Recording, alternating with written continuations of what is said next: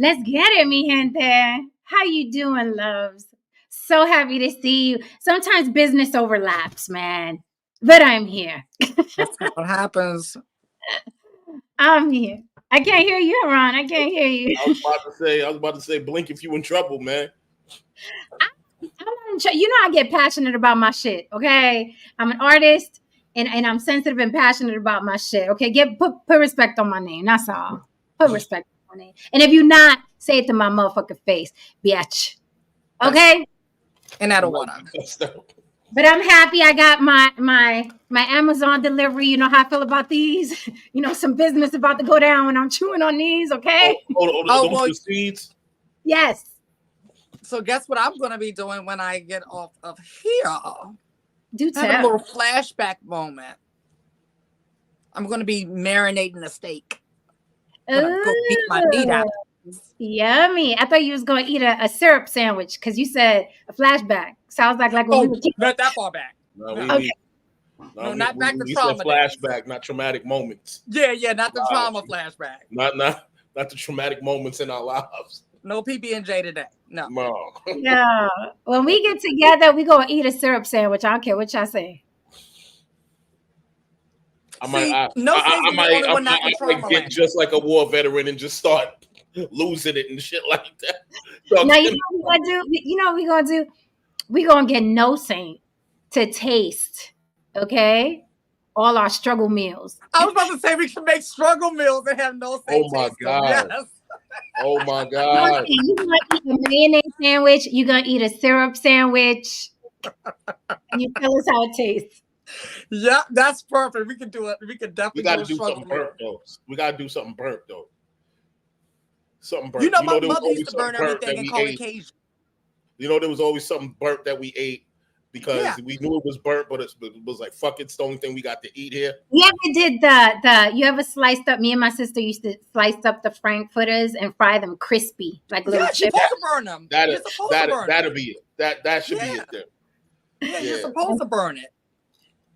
All right. My mother would call everything Cajun. I'm like, Mom, it's not Cajun. You were watching TV and you forgot it was on. And stuff like, that's not Cajun. That's not Cajun. Like, we literally had this not Cajun argument for the whole time I was growing up. I got some blackened popcorn for you. Everything was blackened and Cajun. I was like, girl, we're not doing this. We're not doing this. You would not gaslight me with my meals. Thank you, Miss Ruth. Miss Ruth says she spotted me on the Grammy Hip Hop tribute. I look stunning. Thank you. Thank you. Okay, thank you so much. I appreciate that. Also, I dropped the Big Daddy Kane interview, my one-on-one interview with Big Daddy Kane. It is in my community section. It is in my gallery. Check that out. It is not long. It's 39 minutes. He dropped a lot of jewels, and I learned some stuff about him I didn't know before. So you will find that very, very interesting. We talk about, hip hop, the current state of it, what he thought of it, how he got started. You'd be surprised who got him started in hip hop. I didn't know. So very, very, very interesting. Check that out. And thank you to everybody who saw me on a Grammy tribute. That was really, really cool. Speaking of the Grammy tribute, you guys, I want to ask you your opinion about something I saw today. Regarding the hip hop tribute. Chat, feel free to chime in. I saw KRS-One, the teacher, and he said that he was invited. Remember, I was complaining that I felt like New York kind of like they got the short end of the stick as far as that tribute. It was a beautiful tribute, wonderful. But I just thought New York was kind of like, where are props? For the West Coast and down south, they brought out props and fireworks and you know what I mean? And when New York came out, it was just the stage. And I was like, what happened in New York? However, I also assumed that maybe New Yorkers did get invited, but we got too much attitude sometimes. So I saw today KRS-One was saying that he was one of the artists that was invited to participate in a tribute. And he was basically, I'm paraphrasing, fuck the Grammys. It took them 50 years to acknowledge us. And now you want to acknowledge us 50 years later. Although I think 50 years is a milestone. I do understand why maybe he's thinking they should have did a 10-year, 20-year, 30-year, 40-year. I don't know exactly. He didn't elaborate. He just basically said fuck him. So what do you think about that? Do you think he should have participated anyway? Do you think he's like he's in the right? You know what I mean? To say you acknowledging us now, so you're using us for this show. My humble opinion, I don't think the Grammy needed to do that. I don't know. I'll pass the mic. I have mixed. I will say that when it comes, okay, feelings are valid, right? I could see him feeling a way, right? I always tell people you don't have to apologize for your feelings ever, right? With that being said, I felt like that moment was bigger than KRS-One because he represents a lot to hip hop, and a lot of people would have loved to see them. It kind of reminded me of groups who refuse to get back together that have a really big fan base that are begging them to get back together. It's not like some random group like what's the girls that song "He's Mine, You Made a Had Him Once." Like, no one's asking them girls to get back together. We don't even care if they talk. We don't even care if they follow each other on social media, right? But when there's like people who are begging for certain groups to come back, and then you got one or two people who's like, nope, then it kind of like, I don't know, it just makes you feel a way as a fan. I know I felt that way with a couple of groups before. So I just feel like the moment was bigger than him, and I would have loved to see him there.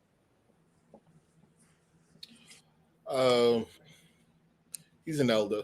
So a lot of times when it's like, you know, you have to cook out and your grandpops, your grandmom start talking that shit, you just give them the space to talk it. Because a lot of the sacrifices they may have made in their lives helped you get to where you are. He is a part of a school of people who made a number of sacrifices, got jerked, did a lot of things that helped a lot of us get money in the end in this business. So I'll give him that grace. Just like I gave Hammer that grace, where it's just like, okay, they did tear you apart back then. I have my own personal opinion about it. Get money, fuck it. But that's your story. That was your experience. If you feel like you don't want to, you did not want to show up because of how you were treated in the past, that's your business. Same thing with KRS-One.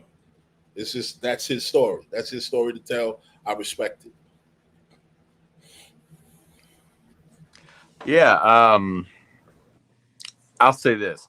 You know, I don't know. Like, he's saying it took 50. Oh man, this thing's messing up. Hold on, I'm trying to set it up a little bit better here.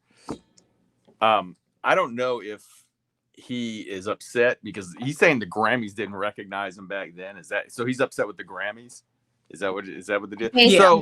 So this is the thing. You got to realize, like, I'm gonna throw it out like I always do and throw out some weird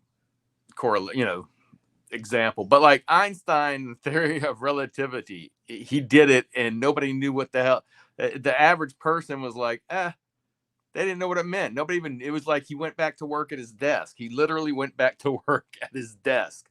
All right. So because sometimes the mass population, it lags behind how big something is. It's like when artists die and then their art is worth millions of dollars. You got to let that kind of stuff go, because in the end, you're showing up for the people that do care, right?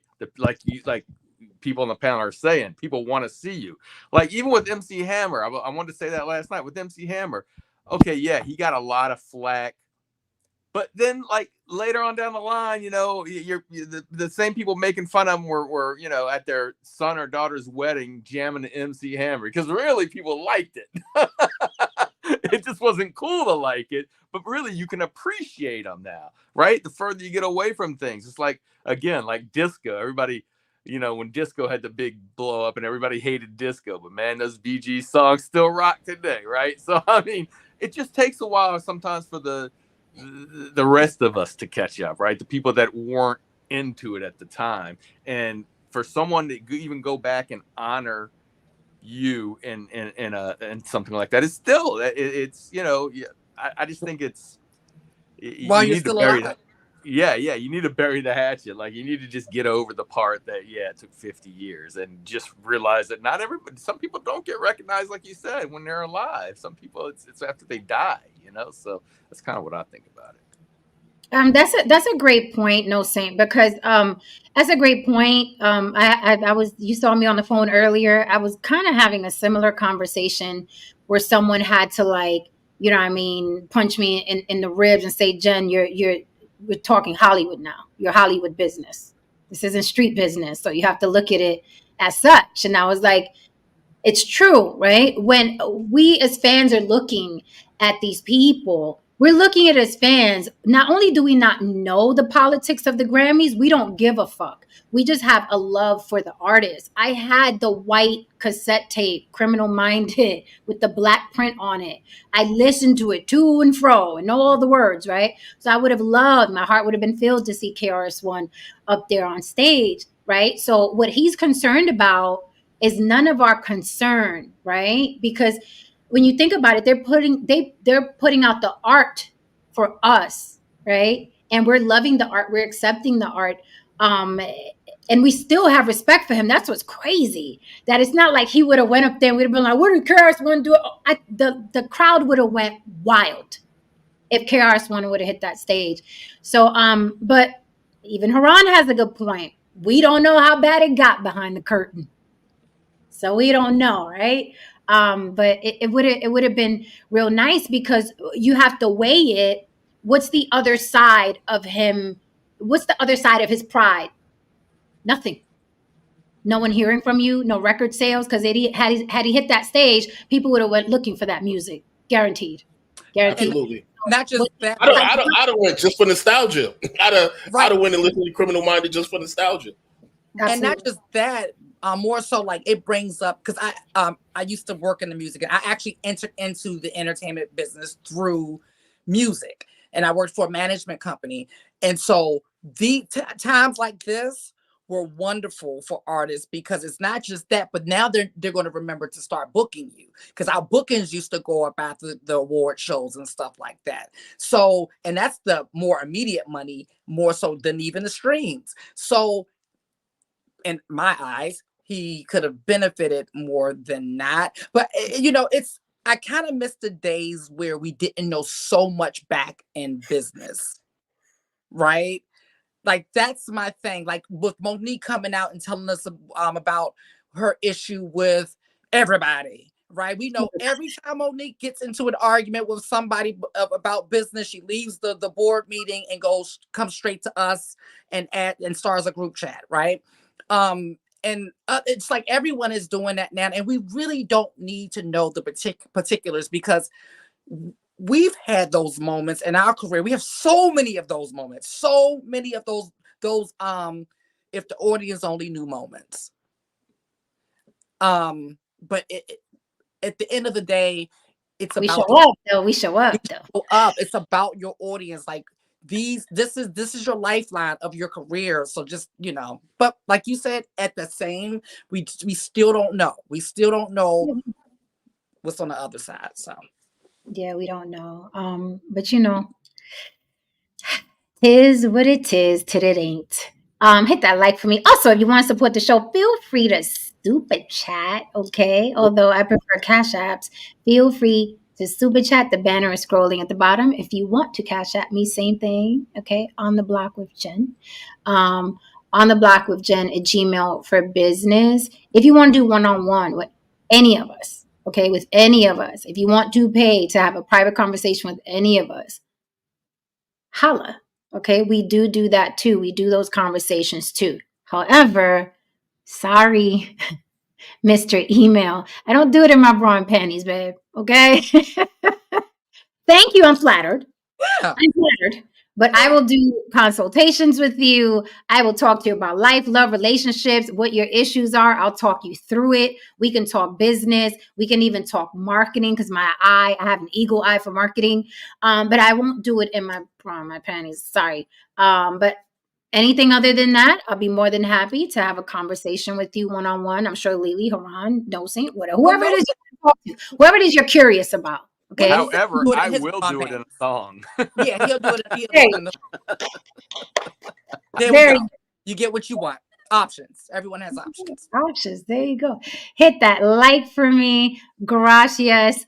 This topic tonight, Jonathan Majors, baby. What the I Anime. mean, this case, it's so sad on so many levels. But I'm sorry. The question tonight is, should he have chosen better?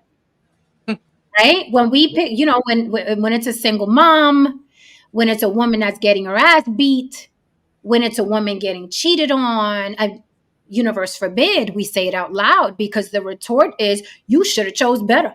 You chose the Pookie and Ray Ray. You should have chose better. So Jonathan Majors chose a woman who single-handedly obliterated his career right on the rise when it was going to explode like fireworks and he was going to be the it man of Hollywood. Okay. Right there. She caught him right there. His missile was going up. She sent that missile.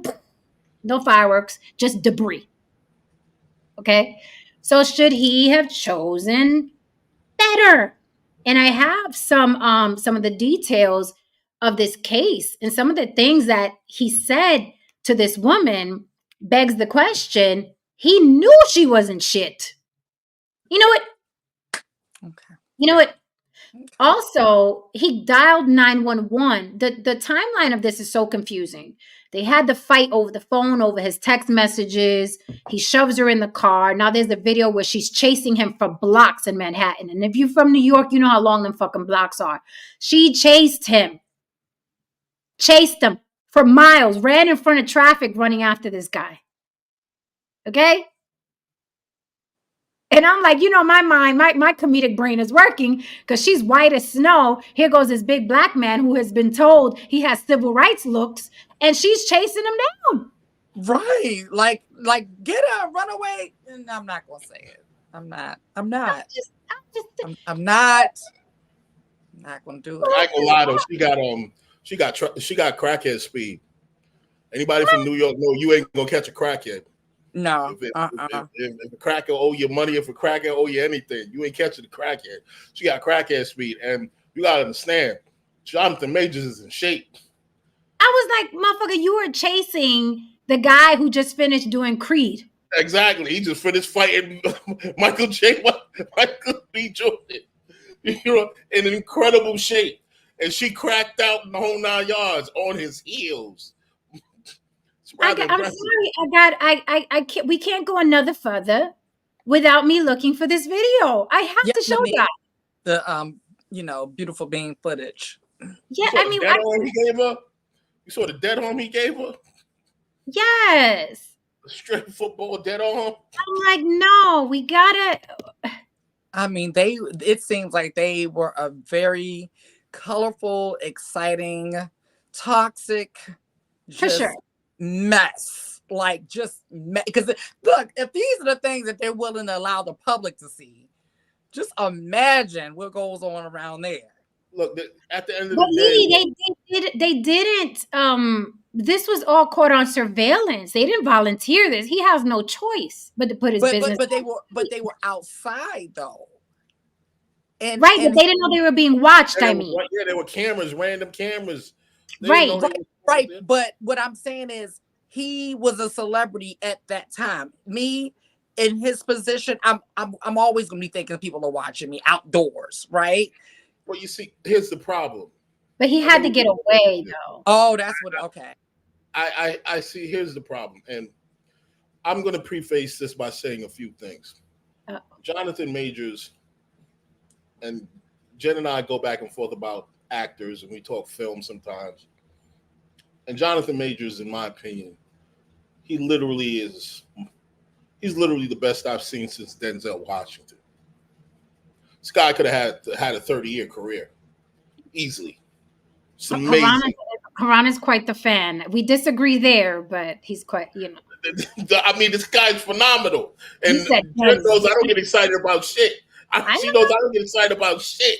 This guy's amazing. You know what I mean? And look, look, listen. As a man, and I might hurt some feelings tonight. Well, yeah, tonight, just tonight. Right. It's just that's a Monday for me, basically. Right, just tonight. We're hurting feelings tonight. This is not for average guys. If you're an average guy, this doesn't pertain to you. If you're above average guy, this pertains to you. If you know you're going somewhere in life, this pertains to you. Don't get, no matter what these red pill motherfuckers tell you, don't get the doting, mousy fucking wife or girlfriend. Don't get the doting one, and definitely don't get the crazy one.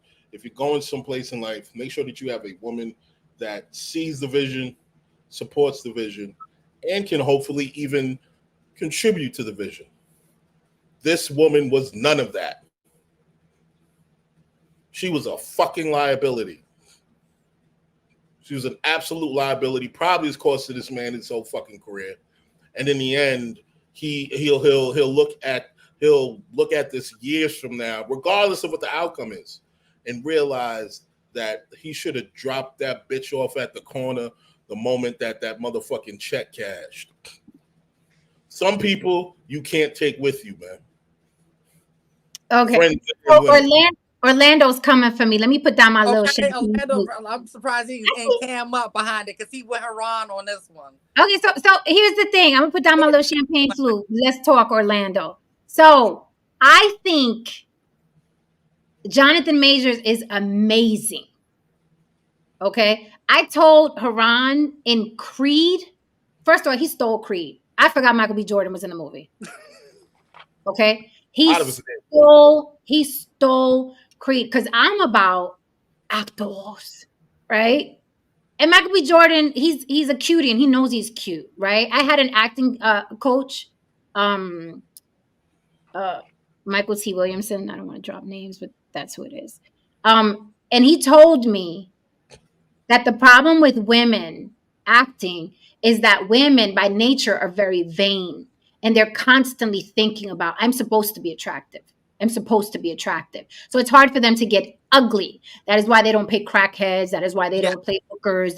Because they're very afraid of, I have to look beautiful all the time. So he told me before coming to class, he was like, I don't know what the fuck you're wearing. I don't know what that is. Next time you come in here with some sneakers and some jogging pants and a t-shirt because we're going to get dirty. And I was like, okay.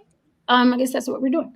So I feel that when men are attractive, and that's what they're known for, and they're sex symbols, they suffer from the same thing. So Michael B. Jordan is an attractive guy. That's what he's known for. He is a sex symbol. So I don't feel that he can go as deep. Maybe he can. I haven't seen it yet. I'm saying I haven't seen it yet. I don't think he can. He's not going to be able to go as deep as Jonathan Majors. And it's not required. Correct. It's not required. It's not required. Right. And Jonathan Majors, the way he performed in Creed, I felt everything. I felt like he really got out of prison. I felt like he really was vindictive and resentful. I felt that darkness when, especially the diner scene, when he was talking to Michael B. Jordan in the diner scene, and Michael B. Jordan was going to give him money. I felt that shit. So Orlando, I think he's amazing. But Haran compared him to Denzel. Let's not get panicky. I think he has. Listen. Listen. I said he's the best I've seen since Denzel. And I said that guy could have a 30-year career. I stand by it. So you think nothing of Damson Idris? Did you see all the seasons of Snowfall? I did not say that. The young man is who he is. I got to see a little bit more than Franklin Saint, though. Okay. So Chadwick Boseman, nothing. I didn't say that. I did not say that. As a matter of fact, so funny you should say that. I was hoping that if Chadwick had been alive, him in the scene with Jonathan would have been incredible.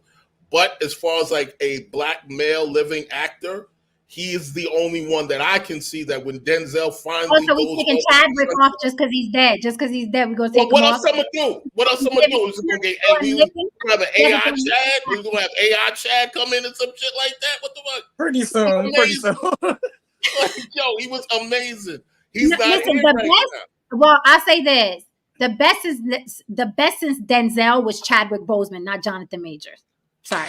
I wanna say something to We're gonna have what to Jen take this said though. offline. We're gonna have to take this I conversation offline. We're gonna another show porque yeah, Let's do that. I will agree that there are people that aren't as good looking that like if they get more than a few really good roles. Like I mean, I always look at Paul Giamatti. He's not a good looking guy, but he's fantastic in everything he's in.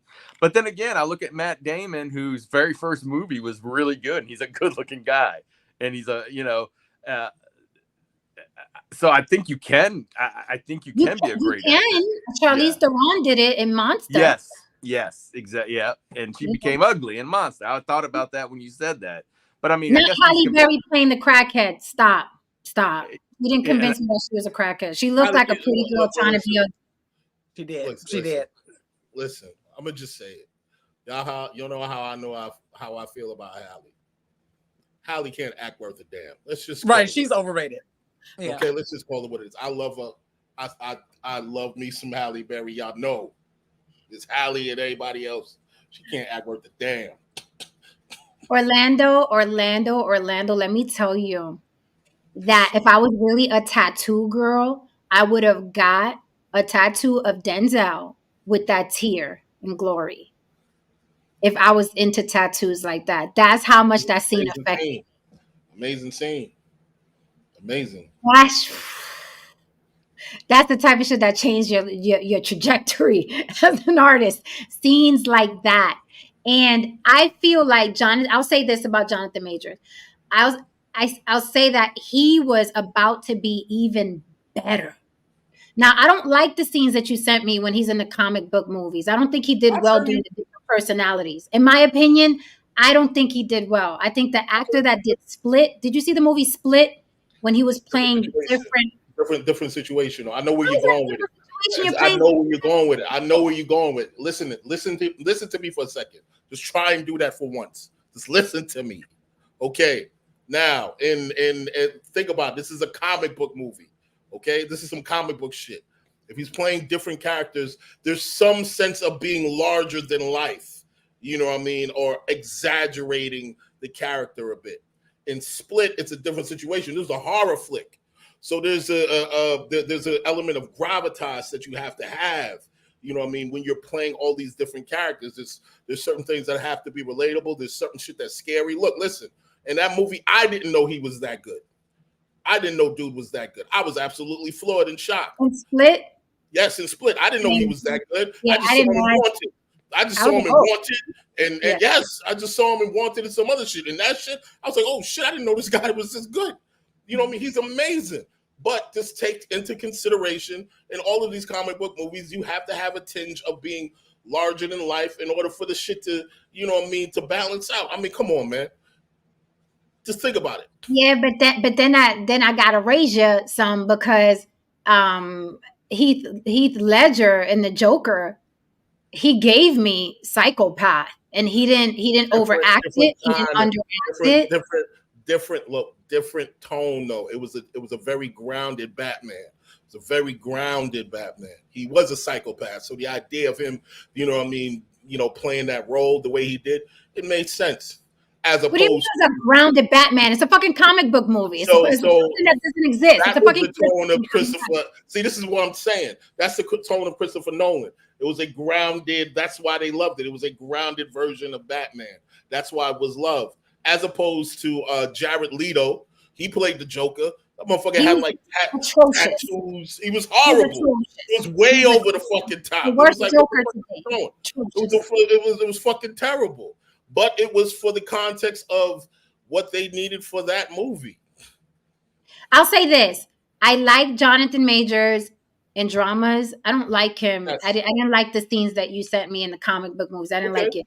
Did you like him in The Harder They Fall? Did you like him in The Harder They Fall? I fucking loved him in The Harder They Fall. I fucking did. Yes. That's my guy. When he's doing drama, that's my guy. The comic book movies, not so much, because I saw him. I don't like to see actors acting, right? And I saw him trying to act like a comic book person, as opposed to when he's doing drama, he's in. But with that said, I really do think he got stopped short. I think Jonathan Majors was going to be even better had he not had this little crackhead chasing him in Manhattan. I got the video. There's Let's play. there's room for that to be true. There's room for that to be true. I would agree with that. I saw him too, Miss Ruth. I saw him in Fences. Did you see him in Fences? I saw him live on Broadway, Denzel in Fences. Let me say, I got teary eyed. That man was right in He was front on of stage me. with Denzel? Huh? He was on stage with Denzel? I wasn't. No. Jonathan was on stage with Denzel? Oh, no. This is when he did Fences off Broadway with Viola Davis. Yeah, and he came out, and I was just like, I can't believe I'm in the same room with Denzel Washington. Right. That's like he's not even real in my eyes. Like he doesn't exist exactly. in real He's life. not, and Michael T. Williamson was playing the slow brother in Fences, and Michael T. Williamson would do the show and rehearse, and then he would meet me in Times Square in Manhattan to coach me. So that's a memory I always have. So I was like, I just wanted to touch him because I was like, wait, you just got off stage with Denzel. Can I touch you? And then you're gonna get that. So you know what? Crazy, these little artsy, little geeky moments we all have. This is the kind of thing we do behind the scenes when we talk shop, so that the people know. Yeah, don't get me to start talking about acting because that's like getting No Saint to talk about fucking football. We'll be here all night, so let's move on. Yeah, let's move on. Whatchamacallit? No, I didn't get wet, you little bitch. I was, you know what I mean, in admiration. I don't see Denzel like that. I don't see him as right. He's not even like a sexual, but he's not that. Denzel's he's a statue. He's like he's like a deity of acting. He's like, I don't see him in a sexual way. Scrapple, I'm gonna throw a tomato at you. All right, let's view this video, huh? Yeah. Oh, I was gonna say the other thing too. What you were saying, because I did my very first when I did my very first headshots for acting, the photographer, he only shoots actors, and like he shoots for the studios for Marvel and all of those. And he was, because I'm a model, he was so nervous about shooting me because models make horrible actors for that exact same reason. It's because it's two completely different techniques. With modeling is extremely controlled. And then with acting, you have to let loose. And it's hard to go from one to the other. But, we ended up having an extremely good shoot. And he was just like, yeah, I'm going to be honest with you. I wasn't excited about this. Because it's the self-conscious thing that we have. Like,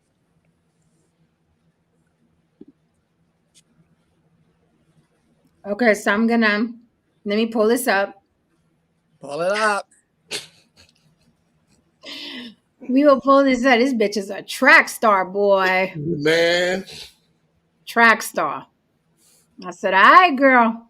All right. Well, you also got to look at it. She ain't but 5 pounds, so what is she really carrying? Mm-hmm. We playing it right now, Bountiful Soul. I said, girl. I hope this ain't the one that TMZ they added all that stupid dramatic music. Probably is. It is.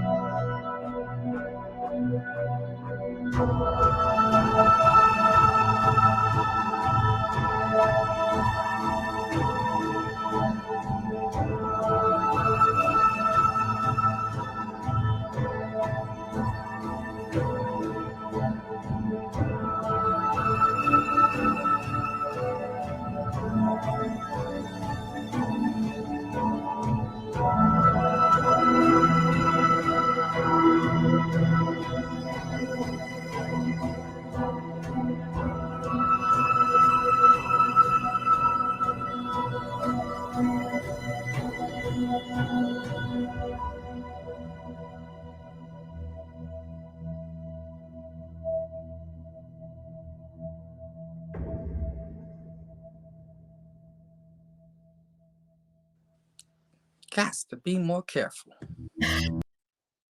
Okay, so let me explain a couple of things that y'all were looking at because the timeline is wonky, right?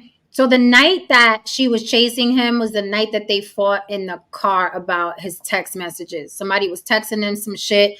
I should be kissing you right now was the text message that apparently allegedly she saw. I should be kissing you right now, blah, blah, blah. I don't know who it was. I don't know if it was Making Good. I don't know if it was, I don't know who it was, a side chick or whatever. So apparently they started fighting over the phone in the car. And you saw the video starts where he's trying to get away from her. He pushes her into the car, gives her the little Heisman, takes off. Apparently, he didn't know that she was NFL stock too. She takes off after him. She is a dancer though, so that's probably like why she has the, you know what I mean. Also, white women are the queens of cardio, man. You ever try to do a spin class with them motherfuckers around you? True, very true. Very true.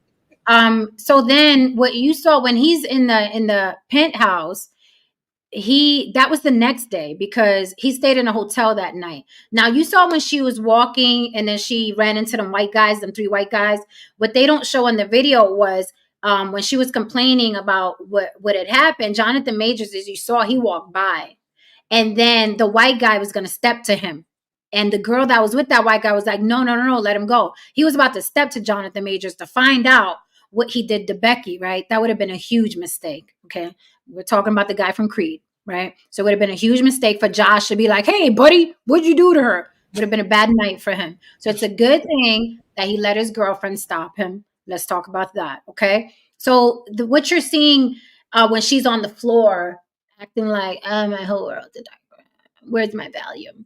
That scene right there was the next day. He got some messages from her, kind of like, I'm gonna kill myself if we stay broken up, right? Because he was done with her then. But you know, I mean, he lives in the house. He probably like, I don't want this bitch to kill herself and fucking pin out. You know, he dialed 911. I could pull that up too, so you could hear him. I mean, he sounds really concerned, but in the audio, he does say my ex, right?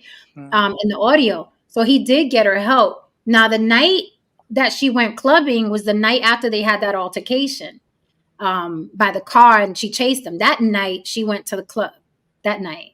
And then the next day, she was like, holy shit, I just, you know what I mean, broke up with one of the biggest stars in Hollywood right now. What the fuck did I do? I know, I'll play like I'm committing suicide. That gets guys back.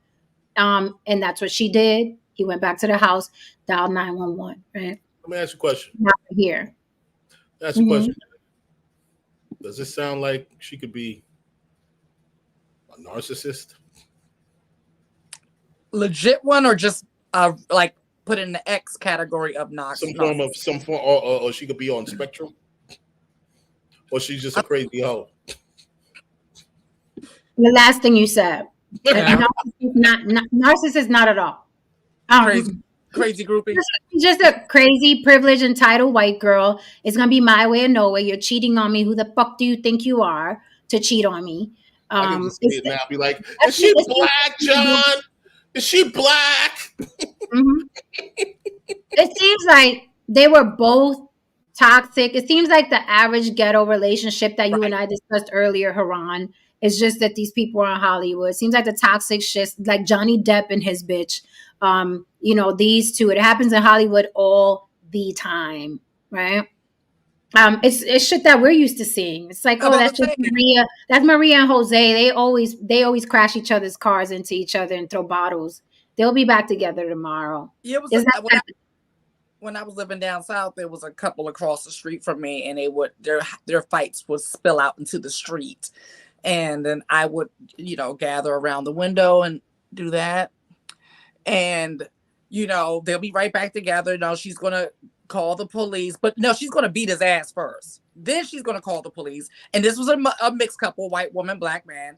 Then when the police will come, she's gonna cry and say, the whole thing. I watched the whole thing. I watched her go from calling him every N-word that she can think of and hitting him with everything she can think of, and him running from her, and then to her calling the police and then going into the whole scene. It's very interesting to watch.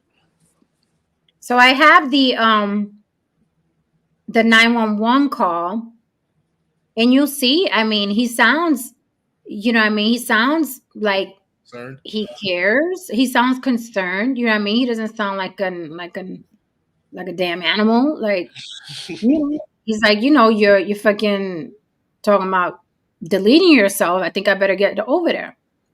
Let me see. Where is this? I was listening to it earlier.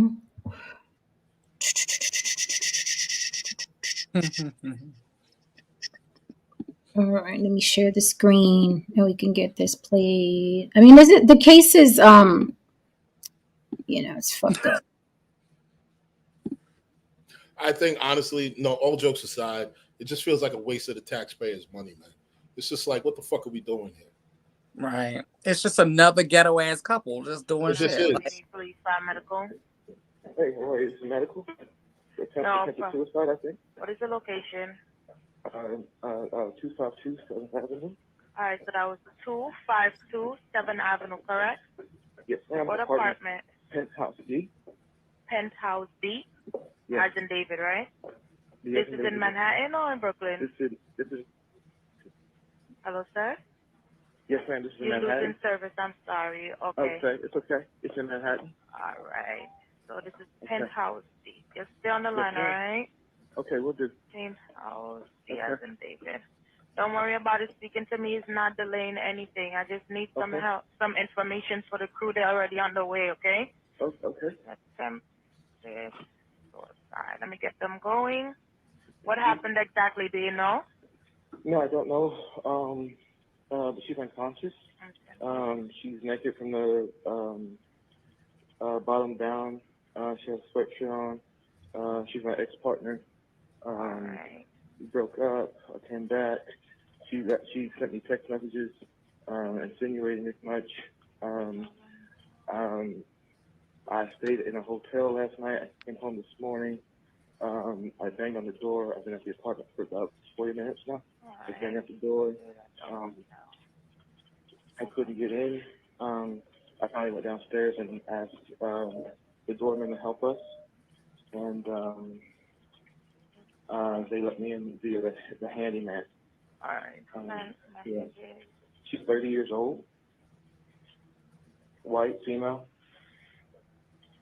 All right. Does she suffer from anything prior to? Or no, she have a mental condition or history? I would maybe say so. She has a history with... What's her name? Her name is Grace Caitlin Natasha Jabari. All right. Do you know what she did or what she took, or you don't know? No, I don't know. I just know she's unconscious on the Alright, floor. no problem, sir. Yeah. And I'm gonna get you over to the EMS. Do not hang up, alright? They're already en route, okay? Okay. Alright, stay on the line. Hold on.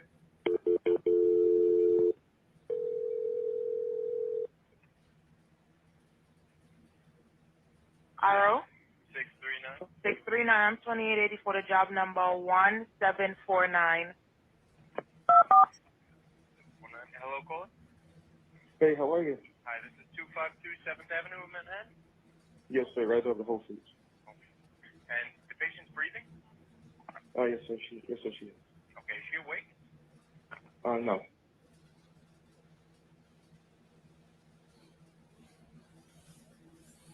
This is Penthouse Diaz and David? Yes, sir. Penthouse Diaz and David. Okay, you're with her right now? I've come downstairs to let the lobbyman know that you guys are on their way. So, Okay. So they're going to be there as soon as possible. Okay. Obviously, if you could What just should I do? What should I do? If you could just make sure the door's open, and when you get upstairs, she didn't fall and hit her head, anything that you know of, right? No, I think I saw a cut behind her ear. Okay. Yeah. How old is she? She's 30 years old. Okay.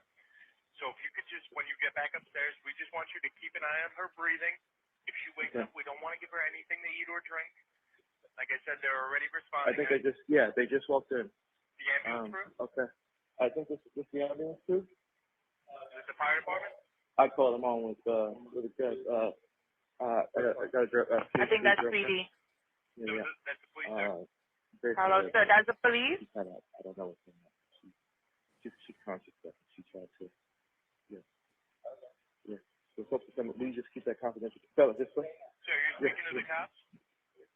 Yeah, I'm assuming this is either our guys. I mean, is it the police? Girlfriend. I just came back home. Girlfriend. Probably. Let me see if they're at the location. Sorry.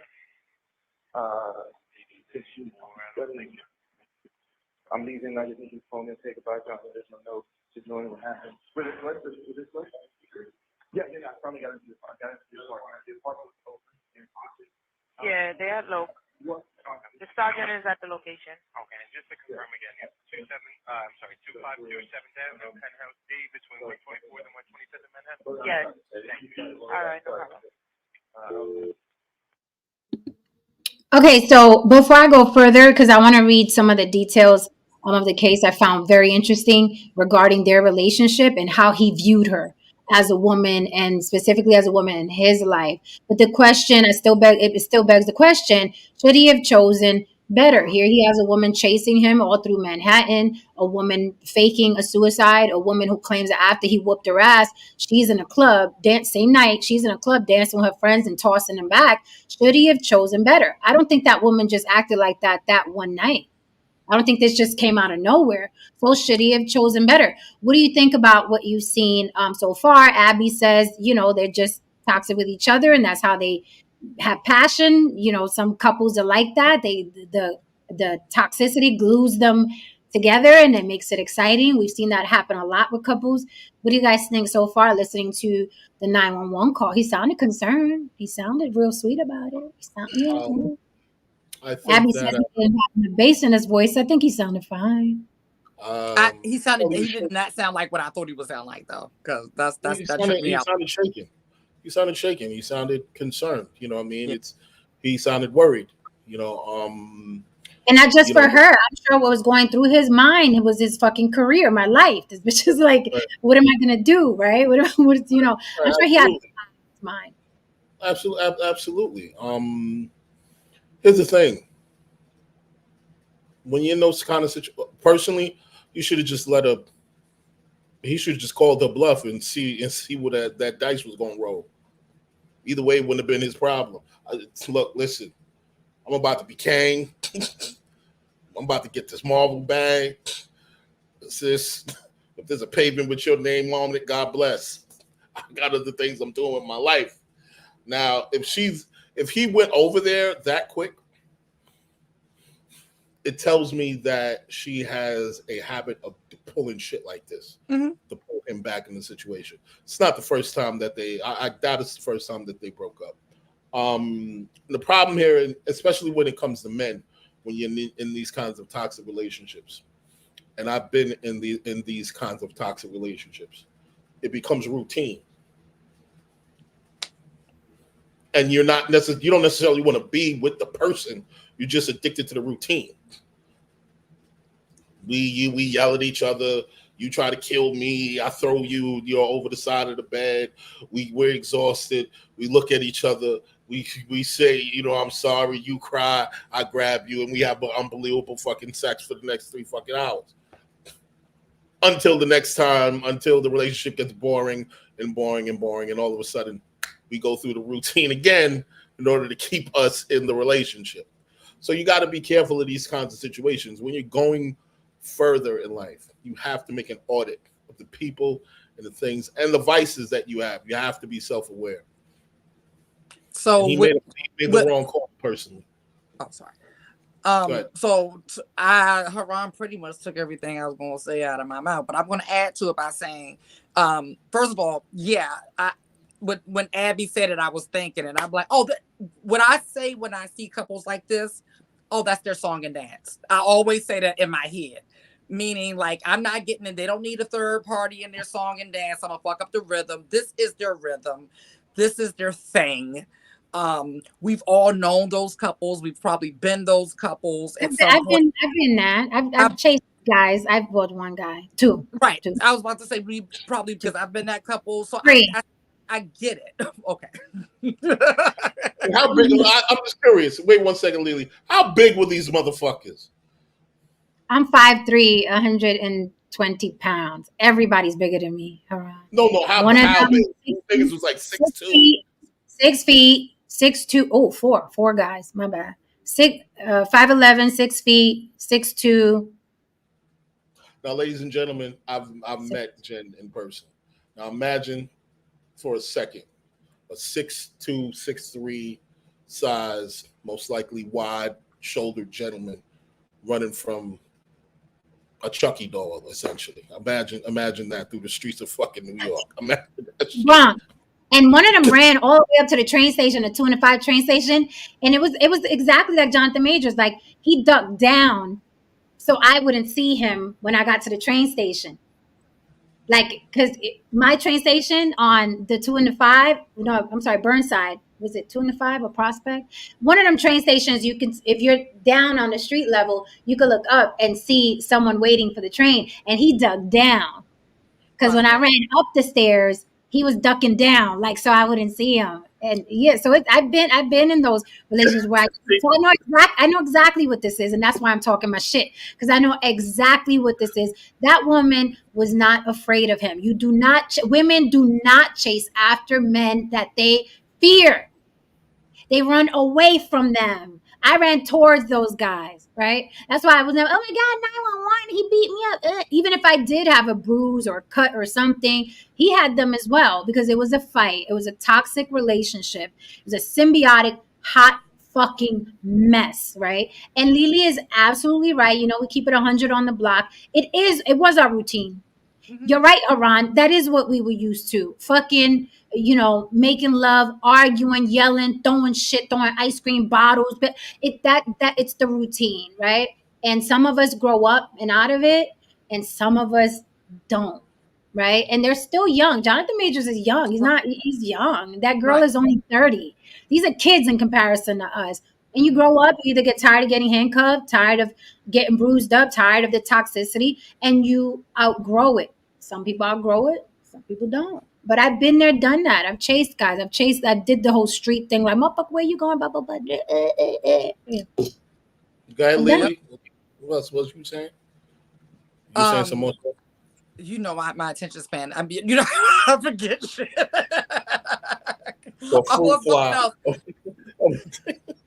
No second go. Yeah, I mean, it's just the opposite of the guy that has to stalk the woman when she breaks up with him because it wasn't on his terms. I think that's like, it's not over until she says it's over. How dare you talk to somebody? I don't care. it didn't really, in my mind, it wouldn't have mattered who it was. If it was a black woman, a white woman, that wouldn't even matter. It's the fact that she got played. And once you get played, you feel like you've been duped and everything. You want to make sure that you get the last word, that you don't want to get played. You don't want to have had that feeling that, they were making a fool out of you. So yeah, Say that, because even if they did have a toxic relationship, them text messages, I should be kissing you now. Oh, I would have mollywopped him. Would have been no Ant-Man, would have been no Kang, it would have been nothing. Okay? Bitch should have been kissing you. It was how the cartoons when it's like just dust and little things like, so she probably felt like ain't nobody taking my place, so she did the most drastic thing. I'm gonna kill myself. Now that I've never done. I could say I never went down. It's a way of getting control of something you don't have control of. That's one of the ways, because it's all about, that kind of stuff is all about control. And when you don't have the cards in your hand, you try to pull whatever you can. So she tried to pull I'm going to kill myself, the sympathy card or whatever, try to get some more gain some control, have them come over or whatever. But that's, when you think about it, that's, in my opinion, that's what, when someone, I think it's universal, when you get cheated on or you get cheated, it's the fact that you feel like you're being made a fool. I think it's even less of everything else. It's the fact that somebody's doing something behind your back and you're the butt of the joke. Like, you know what I'm saying? So I'll tell y'all a story. Yeah. This involves me.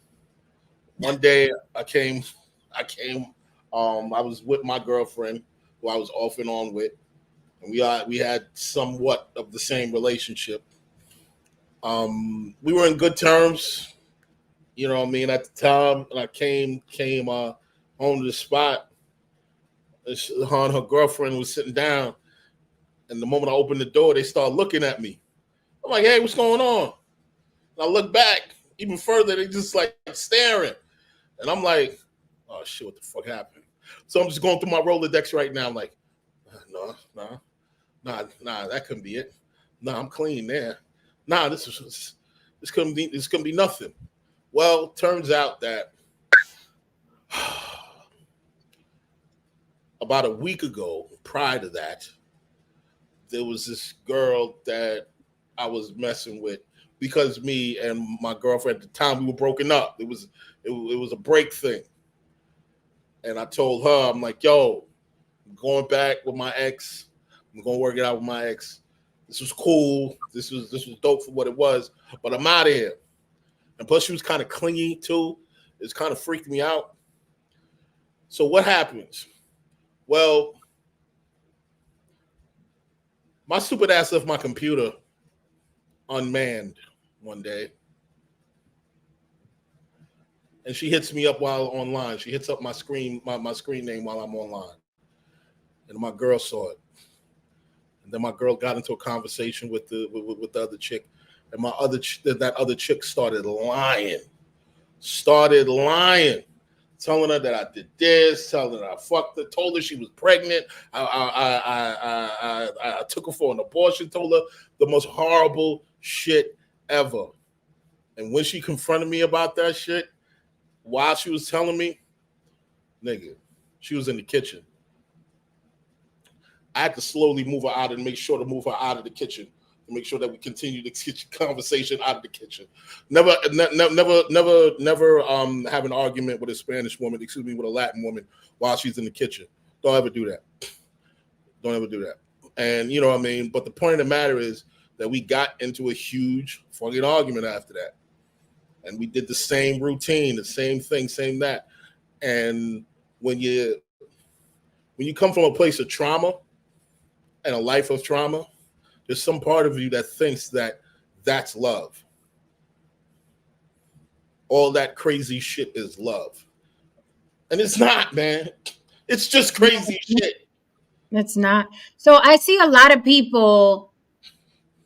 Okay, they're saying he sounded white. Where's his bass? Let's listen to him in an interview, see if he code switched. Are y'all trying to say this man code switched on 911?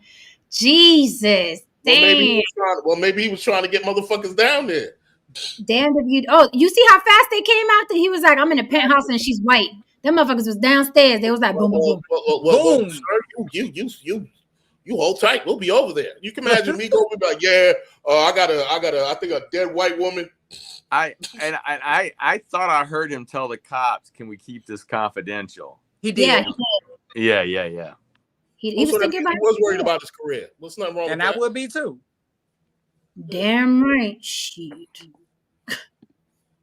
Okay, so let's hear his voice. Since people are saying he sounded white in on a 911. What does he sound like? I don't know what he sounds like. The Conqueror himself, Jonathan Majors, everybody. Give it up for Jonathan Majors. Hey, well, welcome to the show, Jonathan. And now you're officially one of the biggest villains in the Marvel universe. So how does it feel to finally see this character on the big screen? Wow. Wow. I mean that's how it feels, really. I mean, it's a dream come true in many ways. I always wanted to be an actor. When I said I wanted to be an actor, the Marvel universe was not a thing, and now it is, and it's a really big thing, and so it's a dream come true. Wow. That's a perfect word for it. Critics are raving. Critics are absolutely sounded square as fuck. Mm-hmm. Yeah, and then with the 911 call, then I was able to see all of it, because I never listened to him, so I didn't know what he sounded like. But he just didn't sound like I pictured him in my head when I heard the 911 call. But based off of that clip, plus the what was going through his voice, it all makes sense. Okay. But you know what though? I mean, he sounds square as fuck to me. He sounds like a square guy, like a theater nerd. Well, yeah, I didn't. Let me be clear. I wasn't saying he sounded white. I was just saying he didn't sound like how I pictured him in my head, and so I was like, "Oh, okay." But you know what? All it says is that it's an even bigger. It's even more amazing to see what he was able to pull off. Abby said he sounded white, calling NYPD. Yeah. But the point I'm saying is that the fact that you're saying this, like, yes, he is, you can see that he's squarish and nerdy, but the fact that he could do what he did in Creed, that means that shit was a stretch. That shit was a motherfucking stretch. And he was moving, like, one thing I want to say, like, Jen, you probably noticed this. If you know people who come home, he was moving like a nigga who came home. The way he was holding his bag, the way he was looking around, the way he was, he was behaving like a dude who just got listen. But you know how I feel about his. Don't get us back into the movies, Haran. Because you know how I feel about him in Creed. It's a study piece. It's a study piece. But that's the thing. It's like I remember hearing George Takei, and if you hear him in on the radio or whatever, his voice is super deep, But when you see him as Zulu or whatever, I mean, the difference. That's acting, right? You don't realize acting's not just, I mean, I'm learning, from just seeing people in person. It's like not just saying lines no, it's actually a whole, so he doesn't sound like he does in the movies because he's acting, even your voice is acting, and it's kind of interesting. Yeah. Which shows his skill too. Right. Right. Because even his voice is acting. Some people just act with, I'm coming with my own voice, my mannerisms. He completely morphed into a guy getting out of prison, a resentful, evil, angry, stoic person. The one thing I didn't hear when on the 911 tape, I didn't hear deception. I really heard that was like a real man afraid that, like, oh shit, this is bad. Police have to be called. What the fuck? Like, that was real as fuck. Like, I got a dead white woman. That was I'm not worse than that for a black man. That is the I'm not Kennedy. I'm not Kennedy. I'm not gonna survive this. Right. Like, that shit was real. Like, absolutely not. Yeah, that was real. As a black man in that kind of situation, I'm sure that was part of what he was thinking as well. Like, those moments like that, it brings you to the fact, like, damn. I'm a white woman. Excuse me, you're not allowed to quote. Good time.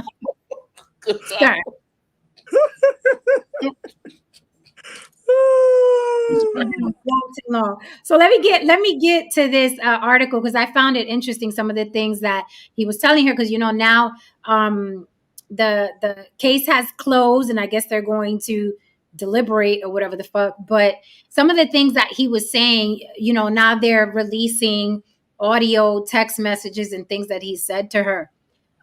So it says here, Jonathan Major scolds girlfriend in an audio recording. I am a great man. So he told her in a recording, I'm doing great things, not just for me, but for my culture and for the world. Okay. Major says in a newly unearthed, they're so dramatic, conversation with Grace Jabari from trial. So, he says some things here. He tells her in different arguments. Hold on, let me find it. He tells her in different arguments, basically. I want to find the part that she. Is this the part where he wants her to be Coretta Scott King? Yeah. Prosecutors had argued Jabari, that's her name, Grace Jabari, does not have a history of suicide attempts. And she testified that she was not suicidal ever, just upset after a heartbreaking day. Jabari was cleared after a 3-hour psych exam, which a medical expert said was a relatively short amount of time. Majors is facing charges of assault in the 3rd degree with intent to cause physical injury. So he basically, this was an on-off relationship. It says earlier in trial, Jabari testified that after the couple's fight, she went to Lucy's nightclub with strangers who came upon her during the incident because I was just trying to suppress the sadness that I felt deeply in my heart. But throughout the trial and cross-examination of 2 of the people Jabari attended the Lower East Side nightclub with, as well as the medical expert on standby Wednesday afternoon, the defense tried to elicit testimony suggesting that Jabari left uninjured from Majors and drunkenly fell and hurt her finger and bumped her head hours after the incident. Later that morning, which lasted just under 5 minutes, a 911 call led to a police investigation, Jabari's hospitalization, and the actor's arrest. At Bellevue Hospital, Jabari was treated for a hairline fracture to a bone in her middle finger and a cut to her ear. So basically, they were going through this tumultuous relationship, and he was basically telling her, look, I need a woman where I'm going, where I'm headed with my career, my life. I need a woman like Coretta Scott King and Barack Obama. Do you even know who those women are? Again, should he have picked better? He's talking to a white woman. He could have been with a black woman, or even a Latin woman who already knew who those women are.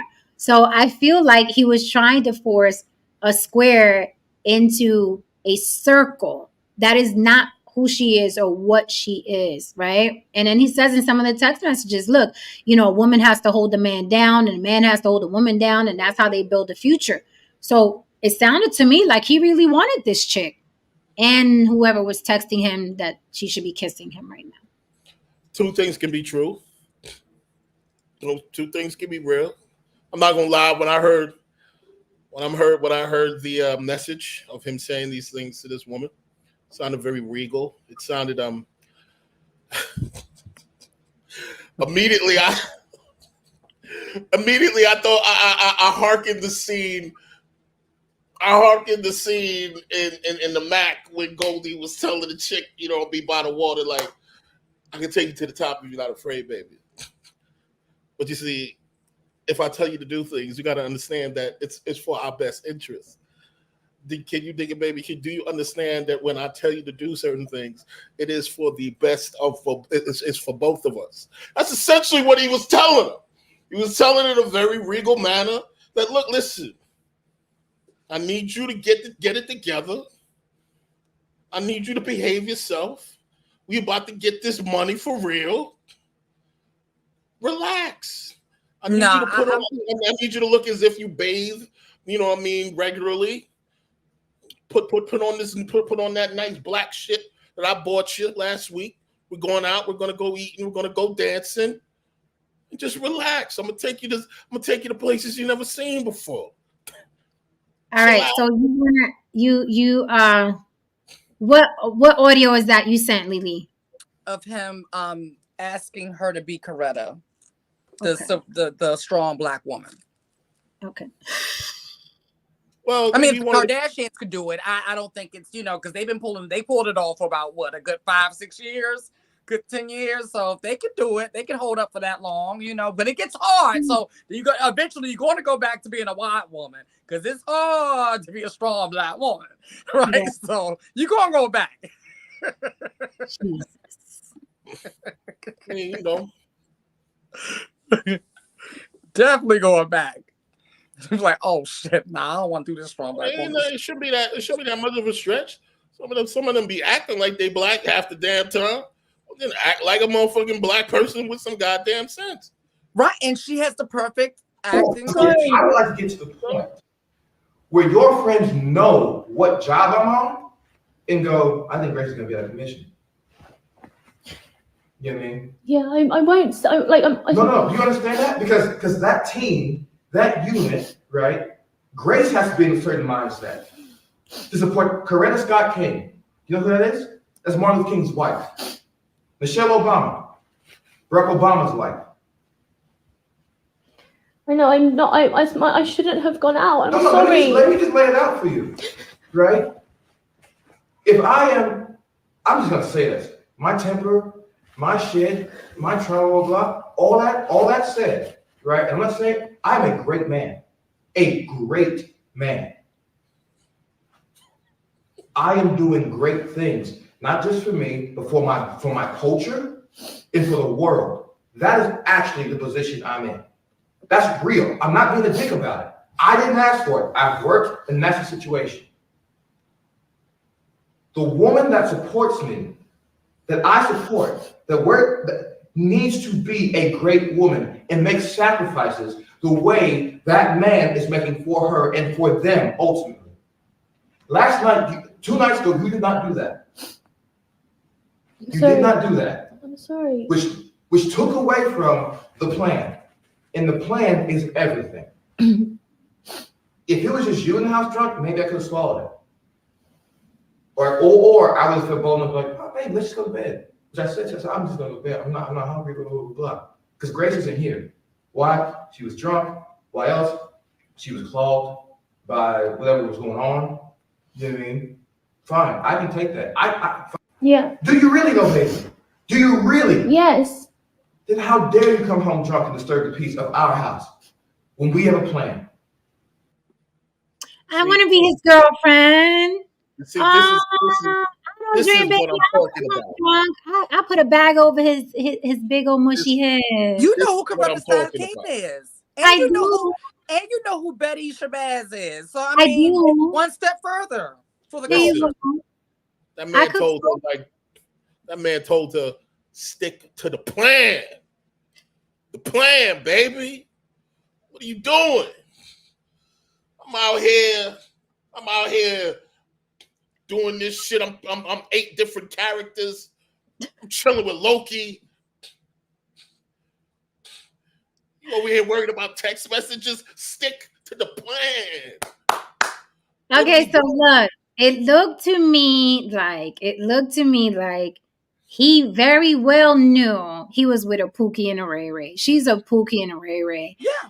Again, you have one of the biggest stars in your back pocket, and your stupid ass is coming home drunk with your friends, acting like a single bitch. No.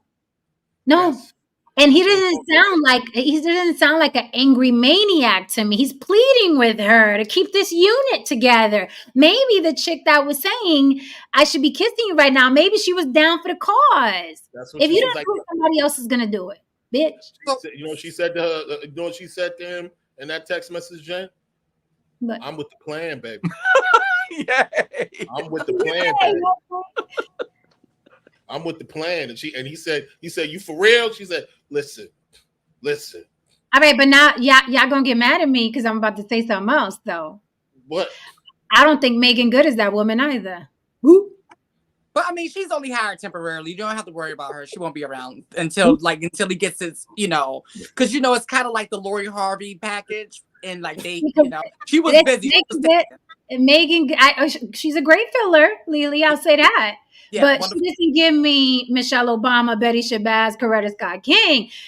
Megan Good still wants to poke her lips out, her tits and her ass out, and I ain't got nothing against that. But it sounds to me like he wants a serious woman who's going to hold him down. See, here's the problem.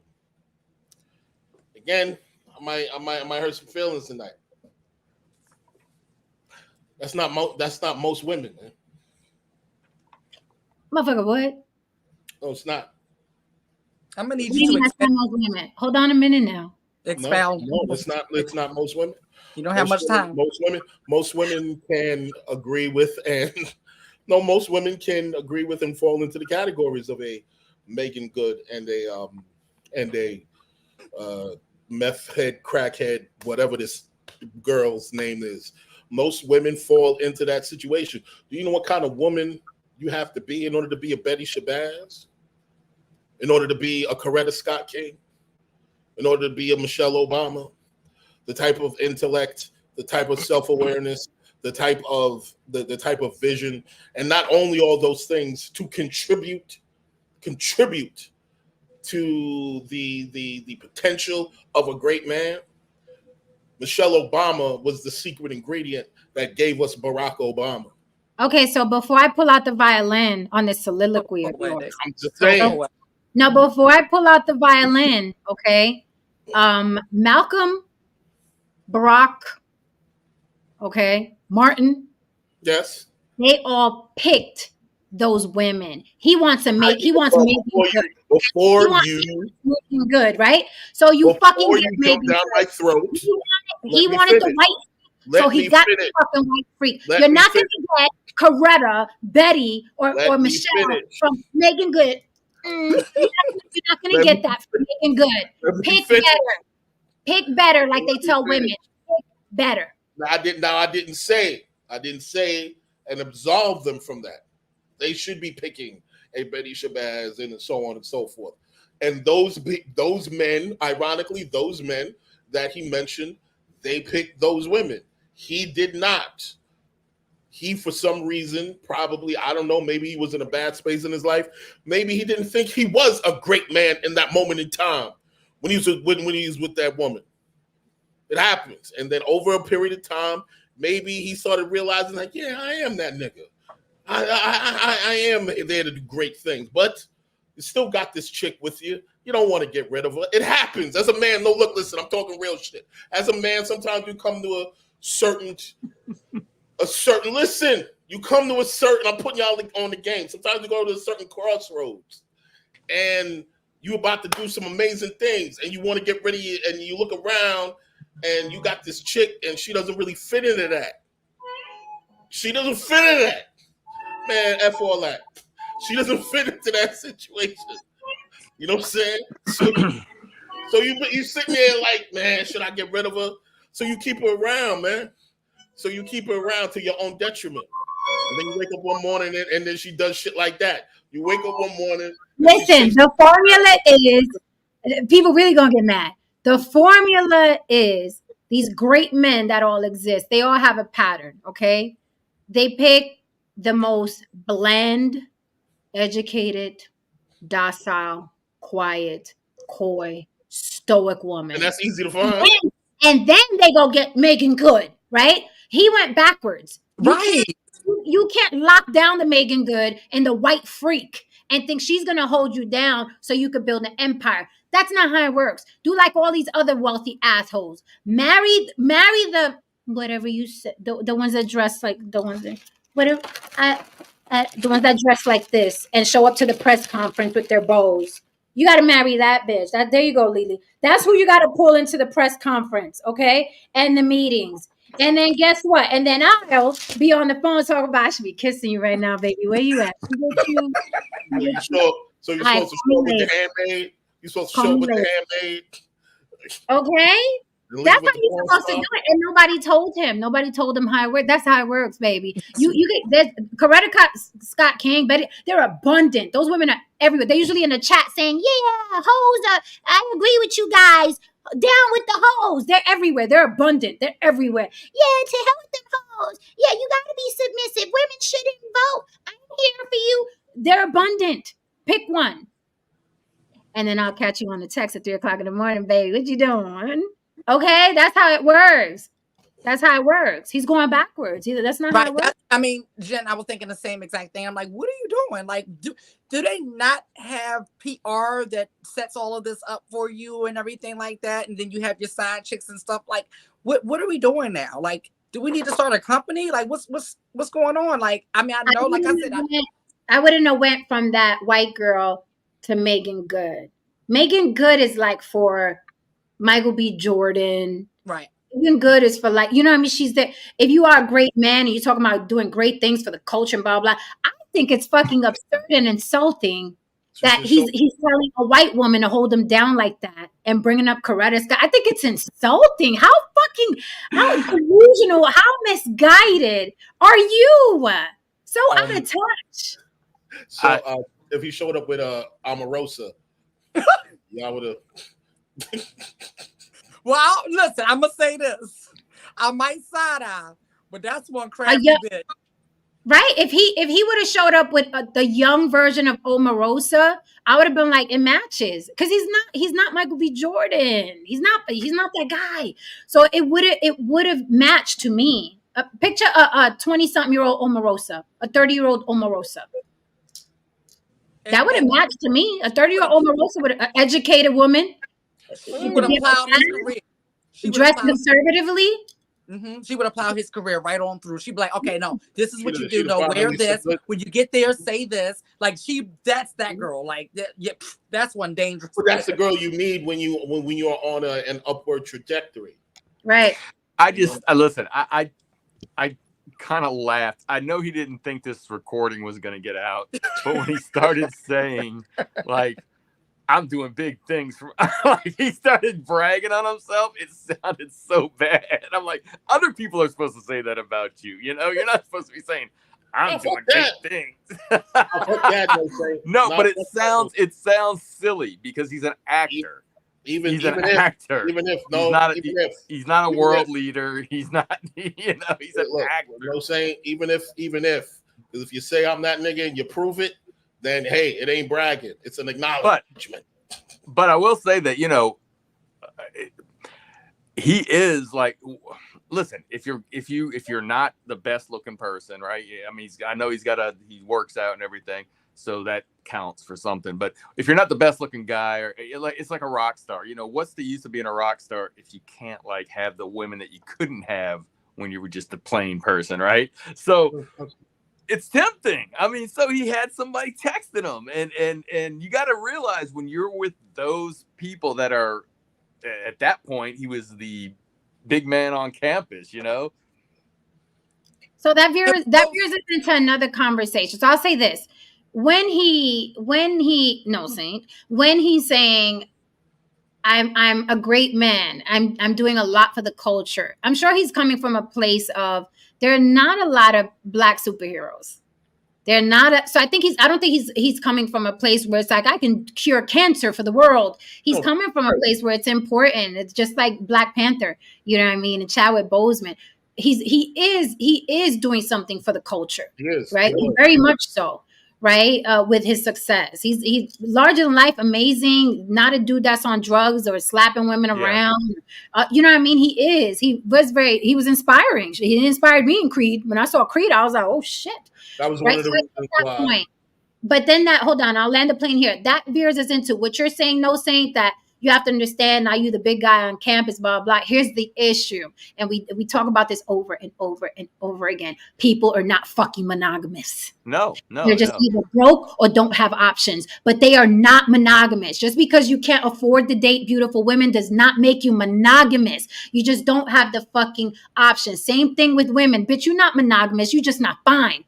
Quote me on that. You're not monogamous. You're just not fine.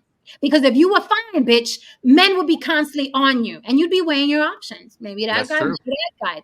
That doesn't make you monogamous. Like, people think, oh, you're monogamous. No, you just don't have choices, because you give a man or a woman, okay, $10 million. What you gonna do? All of a sudden, they got options. That's like saying, like, it's the truth. It's like, if you don't have that much food in your house, can you really sit in and say that you eat a lot? No, right. You just eat what's in the house. So there's not a lot of food there.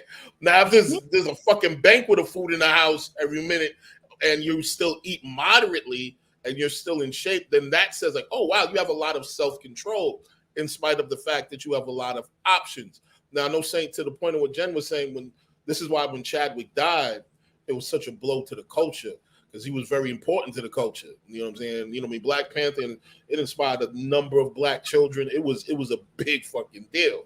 You know what I mean? So when we lost him, it was like, ugh. You know what I mean? It was a big fucking deal. So him in this space, and to have lost Chadwick, not even 2 years, like maybe 2 years ago. It hasn't even been that long. And for him to occupy this space so quickly, he was about to take he was off. everywhere, all over the news, everywhere. And you don't know the pride I felt at buying my grandbaby that little Black Panther costume and seeing him run around in it. It was deep. It was deep for us. So this is fucked up and foul on so many levels. The fact that it was a white woman, I'm sorry, plays a part. It's also fucked up. It hits harder. Well, it's fucked up. It's fucked up. Superman. It's the white woman is the kryptonite. It's the kryptonite. It's the truth. It be the truth. Like, because for some reason she's still. I wouldn't say it's the kryptonite per se. I would say that the white woman to a lot of black men are still deemed a status symbol. Or it's just taboo. It was taboo at one time, right? Right. It could be that too. Yeah. I mean, Nick Cannon said it. Nick Cannon said he dates white women because back in the day on the plantation, you know, they'd get killed for it. So this is like kind of his words, not mine. That's what Nick Cannon said to Reza during an interview. So black men still think that way. And I'm like, it's to the point where it's so convoluted. They'll even pick an ugly white bitch. That bitch is ugly. Right. No, she is. She really is. And like Jen, I had a friend tell me the exact same thing. Because I'm like, you supposedly like hate white people, but all your children are about different white women. Please explain. And that was his answer. I'll say this, man, and it might sound fucked up. She don't look that good to be going through all that goddamn situation, or going through all that shit, the ups and downs, the back and forth of relationship. Now, if it was a prime Angelina Jolie, I'd have been like, damn, bro, I understand. But you gotta understand it, but I understand. But you also gotta understand that this man clearly wasn't the top pick prior to. Of course. Jonathan Majors. So this is a step up from Jonathan Majors prior to, so that's what's going on there. And not only that, he just got this new body. He just got this new He didn't have the body before. Nah, he didn't have the body. His body before was atrocious. Like, well, there you go. Yeah. Body. He got this fucking body. He got this fame. He's on the cover of everything. This is a new man. If I was her, listen, I would have sat him down and been like, look, we ain't gonna last. This is the plan. This is the plan. I'll get a little $500K for my children. Because I know you ain't gonna be faithful to this. Right. And let's not even pretend you're gonna be. A new body, fame, millions of dollars. Look, honey, I love you. I know you're gonna reject the notion. Just give me $500K and cut me loose, because we know it would have been me. No, it would have been me. Said, do you know who Betty Shabazz is? Or Coretta Scott King? Like that would have been me giving that motherfucking speech. Don't play with me. Listen. Coretta Scott King forgave her man for cheating. Just remember that. I would have said all that shit. I mean, but what the fuck she was going to do? How do you be mad at Martin Luther King? Nigga literally died for black people. How can you? I mean, it's kind of like. That's why he wanted to be like Coretta Scott King. Listen, you gotta let this slide. Okay, but again, picking better. He said, and I quote, Coretta Scott King and Michelle Obama. Right? Is that what I heard? Yeah. That's what I heard. Right? Yeah. Okay. So this is where he's headed now. That's where. That's where he's headed now. It's a little inappropriate for that red carpet. Like, what the fuck is? Oh, that was a red carpet look? Yes, that's the carpet. Okay, well, hold on now. Shazam, the Shazam posters behind her. I thought she was going swimming at the hotel. Me too. I really did. I know. No, it looks like she's going somewhere. It doesn't look like she's going swimming.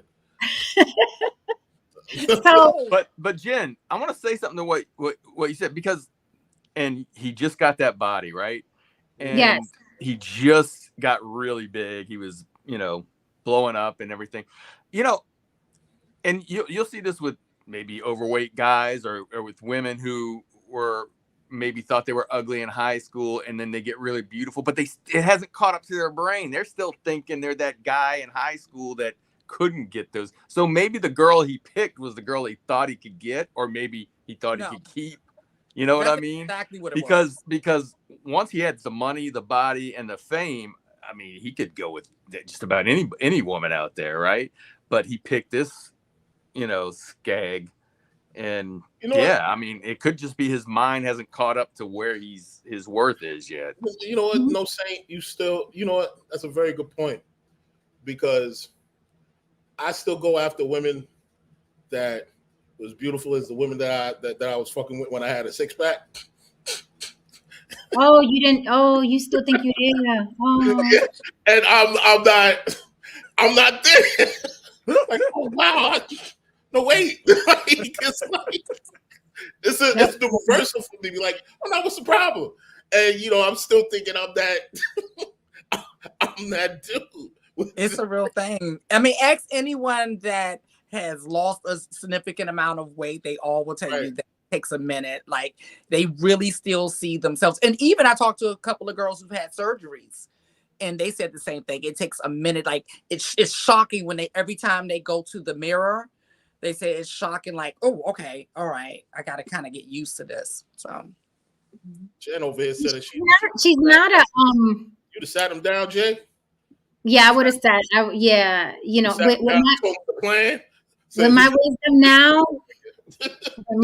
now, I'd have been like, we with my wisdom now, we know what this is about to be, bruh. Yeah. Well, when we got together, you was ugly as fuck. Okay. I respect that. Not a lot of women would do that. Not a lot of women would do that. Yeah, but I'm doing that now at my age. Back trust me, at 30, he would have got stabbed. That's only real. Like, I should be kissing you right now. I would have tried to cut his lips off. See if you ever kiss anybody again, bitch. And I'm gonna catch that bitch when I see her next red carpet. That would have been me at 30. I'm not 30 anymore. Now I'd be like, babe, you know what this is about to be. So that'd have been some wild shit, man. You seeing making good at Shazam, and you see this little Puerto Rican chick just come from around the Shazam poster like a bat. Drop kicker in the back. Okay. Right on the red carpet. You don't fucking listen. Okay, so here she is again. Where is this girl? I mean, she's a cute girl. She's a cute girl. Y'all know I love me some Megan Good. She's a cute girl. That same damn dress. Fine. See, why she ain't show up with that? Yep, what you mean? Where? Well, the other one with the other photo. She showed up the other photo. She looked like a fucking. I mean, she's cute. She's cute. Again, I just don't think I think she's a good fill-in because she's a black woman, and it's the same thing that Diddy did. Like, when all hell's breaking loose, these black guys usually get with a black woman. Like, look, everybody support me. Hey, look, I like black women, right? You like me, yeah. Okay. OJ hanging up black people on his walls. Yeah. Yeah, they do that when they get in trouble. Like, so she's a good fill-in. Is she gonna be his Coretta? No. Is she gonna be his Betty Schmidt? No. She just came from trying to play Coretta. That's all that worked out for her. Exactly. That's another thing. She was with a whole pastor. And it was too much, right? Because they were, while she was with the pastor or the preacher, whatever, the minister, whatever you fucking call him, she was getting a lot of criticism. You're supposed to be Christian. Why are you wearing that? You're supposed to be Christian. Why are you sitting like that? You're married. You have a husband. So now she's like, hey, I'm out and about. With all of that said, Jonathan Majors right now is in a position to be a whole human, and whole humans are not monogamous. So I wouldn't lock down anybody. I don't know why people keep doing this to themselves. I don't know why they keep doing this to their lives. Yeah, that's a whole setup. And at some point in life, like, you got to get to a point where you tell yourself the truth, right? Especially when you're about to enter into something, because we like, and that's stuff that we did when we was younger. We see the red flags, we know what the tea is, right? And then we want to act like, oh, how dare you? Like, motherfucker, you knew who you was with. Stop. So. But I wanted to be nosy before we go. I wanted to be nosy and see what these text messages look like, so we can get a grasp at how they handled each other. Since she claims that he was since she claims that she was afraid of him. Oh God! Generally speaking, go ahead. I just want to say real quick. Generally speaking, I don't think men and women like each other. No. I think we just tolerate each other. Oh, honey, that's a whole other topic. Let's save that one. Yeah, that's a whole topic, but yeah, that's a really good one. That's a great topic right there. Yeah, let's see what these text messages are hitting for. I'll read a couple before we get the fuck out of here. Can you see that screen? Can you see the screen? I can see the screen, but not words. Okay, so I'll read it because it's big over here. The white girl is telling him in blue, I will not go to the doctor if you don't feel safe with me doing so or don't trust me to. I promise I would never mention you, but I understand your fear. Jonathan Majors replies, you can't reject love if there is no real love. It's just lip service. I gave you love last night and this morning before I got out of bed. When you got up, you were not full of love at all. I didn't feel it at all. You could have just given me a hug or walked close to me or asked me if you could give me a hug, not the other way around. It works both ways. I will probably mill myself. It's not really contemplating anymore. I'm a monster. This is Jonathan Majors talking. I'm a monster, a horrible man, not capable of love. I am killing myself soon. I've already put things in motion. She replies, Jonathan, you can't say this. I'm going to have to call someone. I'm sorry for not hugging you this morning. I really am. I was sleepy and disoriented by the fact that you thought I would break your necklace. I love you so much, obviously. What do you mean you've put this in motion? He says, it's just fake. And you have, I fear, you have no perspective of what could happen if you go to the hospital. They will ask you questions, and as I don't think you actually protect us, it could lead to an investigation, even if you do lie and they suspect something. She says, I will tell the doctor I bumped my head if I go. I'm going to give it one more day, but I can't sleep and I need some stronger painkillers. That's all. Why would I want to tell them what really happened when it's clear I want to be with you? He replies, I feel like you want to be together, as in not to embarrass yourself for everything you've said to your friends and family. Last night, I considered killing myself versus coming home. You said you needed love last night, and I put my feelings aside and tried to give you that. I need love too. Or maybe I'm such a monster and horrible man that I don't deserve it and should just kill myself. This way of existence is miserable. This way of existence is miserable. Let's go down to 1 second. Blah, blah, blah, blah. Okay, so that's just some of the text messages between the two of them. Apparently, they both played with this suicide shit. They sound like a young, stupid, toxic couple to me. Yeah, song and dance. And the news just got involved. I think a lot of couples are like that. Like T.I. just got pulled over with his bitch. Then you got Ray Rice. You got Chris Brown and Rihanna. I always thought that was their dynamic as well. But it's just the pictures look horrific when you see them, right? It's like, oh my God. Once the pictures hit the press, it's terrible. But these couples are like that. They have toxic ways with each other, and then they move on to other people, and then they get along with those people. So it's just a dynamic of certain people when they get together. It's like tornado meets volcano, and then they get this toxic background. I'm gonna kill myself. I'm gonna kill myself first. I'm gonna kill myself first. Or, that type of shit going on, the pushing, the shoving that goes on. But once the news gets involved, it's domestic violence. No longer fun. See, It's all fun that's the and thing right games. there. Yeah, exactly, Lily. It's all fun and games and kinky and shit like that until there's real consequences attached to something. And then all of a sudden now, motherfuckers got to really grow up. Now, all of a sudden now, you can't sit around walking around every engagement looking like a fucking slave. You got to put a suit and tie on and behave like a grown fucking man, a man who clearly is worried about his future. I just want to say one quick thing. I don't want to spoil too much of it, that lawyer's interview, but he said something that was very, very poignant.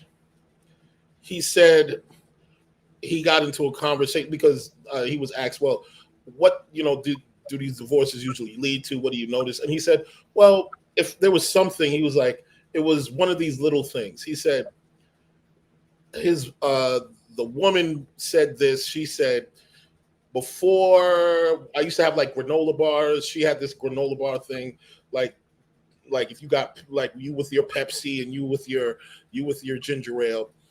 She said that anytime the granola bar bag was empty, he'd fill it up without her even having to ask him, without her even having to go outside. And she was like, he'd always just fill it up. And then one day he didn't.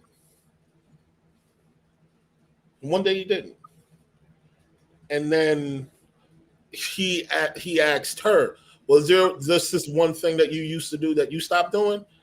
And she said, I can't think of it. She was like, oh yeah, I used to give him a blowjob in the morning all the time. She's like, yeah, before you go off to work, just like, I just be about my business. He would love it.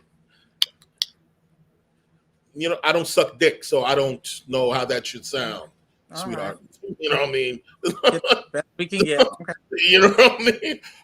My apologies for not like being authentic with it. You know what I mean? Well, yeah, I thought he was eating granola, but okay. You want to show us how we do it? No, Saint, do you want to show how it's done? Can you do better? Yeah, exactly. As I continue, anyway, so she said she was doing that. She stopped doing it. And the point he was making is that it's those little things that often lead to the resentment. This often leads to the other things where it's just like, well, you used to do this, but do they love me anymore? And then it leads to you're showing up late for this, you're forgetting about that, you're not even paying attention to this anymore, and then it just crumbles. And one of the things he always said is that if you come see me, your relationship is fucked already. Right. You're supposed to did the work before that. Right. You're not supposed to see me. It's just like marriage. Yeah, it's like by the time you come see me, it's fucking over. And it's like the doctor though. A lot of times if you got this nagging fucking pain and you go to the fucking doctor, you're like, hey man, I got this nagging fucking pain. What's going on? Your appendix is about to explode. And then you found out like, oh.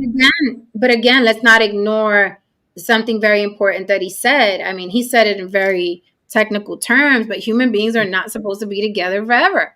They're not supposed to, and people keep forcing it. So when someone stops doing a thing, the shit ran out. I'm tired of sucking a dick every morning. I want to do something else. So it's not even a thing where the person starts neglecting or it's just like I'm a whole human being. I'm a whole person. Hopes, dreams, and aspirations. I don't want to suck your dick anymore. It's like that with ourselves. There's things. Can he also say that I don't want to buy you granola bars any fucking more? Yeah, he can say that. Right, because he could say that before she stopped.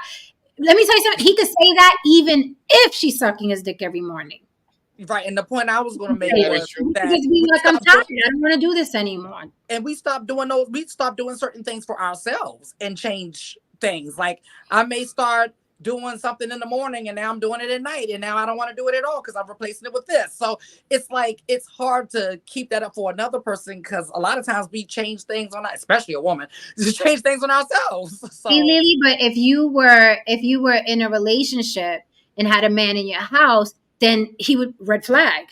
When you're single, it's just you going through the routine of life and switching things up. But when you have a whole other human beings that what Johnny Depp said, you got to fall in line with because they share your space. Now you find yourself explaining or suppressing what you wanted to change because they're there and you don't want them to suspect nothing. You don't want them to feel unloved. So you got to keep putting the fucking granola bars in the fucking back. And it's like, you got to fall in line with that other person. I refuse. You know what's real funny? That's one of the reasons why I 3 months. I got 3 months for you. That's when men are the best. 3 months. 3 months relationships I got for y'all. That's why I come in now in every relationship telling them like it's understood that I'm nobody's Prince Charming. I No. Oh shit! You are wrong. Shocking. It's at best, I'm a great dinner partner. We'll have great sex, and I can lift heavy shit. 90%. I'm ahead of 90% of men with that. Sure are. Sure are. I can be useful as fuck, and I won't embarrass you when the check comes. Look, but you know what? There you, amen, brother. Salute to you, sir, because that sounds more attractive to me and to the modern woman. Sorry, I know you don't like the modern woman, but we are here, bitch. That sounds more attractive to me and the modern woman. Why? Because it's more realistic than I'm going to love you forever and ever. And I'm going to be loyal to you forever. And I'm never going to stray forever and ever. But you just saw autopilot, bitch. That's why you're saying that. But that comes with getting older too, because when you're young, you actually think you're going to love that person and you want to do all that for that person. And you don't have the experience to know that takes a lot of work and and things change and you don't feel the same. It's like eating the same thing every day. Eventually you get not, you know what I'm saying? Eventually you want to change it up. Not necessarily you don't hate it. Like you can eat pizza all the time, but eventually you're going to want something different. Or you at least get, and that not just talking about a woman. I'm talking about in general. Humans. Yeah, I mean, it's the same reason you'll watch a TV show, and if they don't do something better the next season, you're gonna lose interest in it. It's just if it's the same plot every single time, like Fast and the Furious. That's why I couldn't watch Scooby-Doo. I hated Scooby-Doo. Yeah, there you go. Scooby-Doo is a great example. Fucking same episode. That's why I couldn't watch Maury. I'm like, you all have been watching the same show for 20 fucking years. Like, that was the whole point. You showed up for the trope. I mean, that was the whole point. That's like showing up, that's like showing up, you know what I mean, to the ice cream parlor and be like, yo, let me get a vanilla shake. Here's a vanilla shake. Why every time y'all got nothing but vanilla in this motherfucking vanilla shake? That y'all and then what happened? Then came Baskin Robbins, bitch. You know what I'm saying? The point of the matter is that you watch Scooby Doo for the dumbass motherfucking back and forth, and then at the end, at the end, I felt my brain crying. What does the villain say, kids? And I would have gotten away with it too if it wasn't for you and this big-ass dog. Meddling kids. Right. No, I felt my brain melting every time I watch Scooby Doo. I'm like, who watches this shit? I can't fucking watch this. Let me get back to Bugs Bunny. You're killing me. But that's the point. The point is, like you're saying. So I kind of lost what I was, but you know what I'm saying. Everything that you said, and not only that, you outgrow people. I had a best friend for 20 some odd years. We almost made it to 30 fucking years. I outgrew her. I don't want to talk about what we were doing when I was 16. I don't want to. I don't want to go to the same clubs. I don't want to I don't want to talk about the same TVs. I don't want to talk about the same drama from dudes. I don't want to do it. I don't want to. Well, you outgrow people. And what I was saying, though, was that when you're young, like you only have reference of this going backwards, right? So if you're 20, you only have 20 years of reference. So forever doesn't seem like that long to you because you only really remember 10 of those years. Plus, you still falling for the okie doke too. But I'm saying that's what I'm saying, Lily, is that in your mind you're thinking you can keep this because especially when you're first in love. For your first love, you're thinking this can last forever, you know what I mean? But now that we're older, we know that that shit's gonna get old. That cute, little thing she does or he does is gonna get annoying one. You know what? You know what's so funny? I just thought about something. People And this is specifically for the people who argue that we are monogamous. The fact that they even want to argue that shit is weird to me. But the same people will be the people who see a couple that's been married 40, 30, 50 years, 60 years, and be like, oh my God, really? Bitch, why you so fucking surprised? You surprised because you know that shit is fucking rare. Why are you fucking surprised? Like, well, we have to get into the core of what people talk about monogamy. 9 times out of 10, it's not because I just want to have that person, it's me and that person. No. 9 times out of 10, it's really sexual selfishness. Mm-hmm. You don't want that other person fucking somebody else other than you. Really, that's all it is. That's a lot of times what it is, and that's why people. I would lean more on it. I don't even think that sexual thing. Maybe for some people, maybe for men, a couple men, but I really do think it's the belief that you're supposed to be with that person. That marriage is forever. It's a hardcore, ingrained, indoctrinated belief that you are supposed to find somebody, have children, and be with them forever. And that's a hard thing to shake. Like No Saints said, when I was young, like my first love, I was like, this is forever. And it's a piece of cake. Ain't nothing to fucking do. It's going to be me forever. I ain't going to be, no, I'm only going to give you my body. It's going to be me for, let's go get these rings. I've been proposed to, right? Never worked out. But I noticed my life beautifully. Things haven't happened that now I don't believe in at all. I was supposed to get baptized like 3 times over. My mom still has the fucking dress. Okay. I never got baptized. This lady friend, this friend of the family, Mita, was supposed to do it. My aunt Anna was supposed to do it. It never happened. The dress was bought and everything. Look, today I'm an atheist. That would have been a waste of time, right? I would have got married with this guy. I would have got married with the other guy. Today I don't believe in monogamy. So you probably would have peed in the baptism pool anyway, just for shits and giggles. So I personally feel that, and this goes for everyone who identifies as Black, I believe that no Black person will ever be able to live up to their true potential as an individual if they perceive themselves as Black.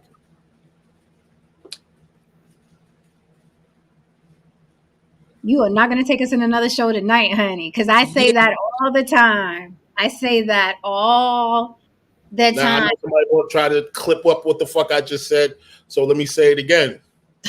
And here's your clip. Here's your soundbite. Me personally,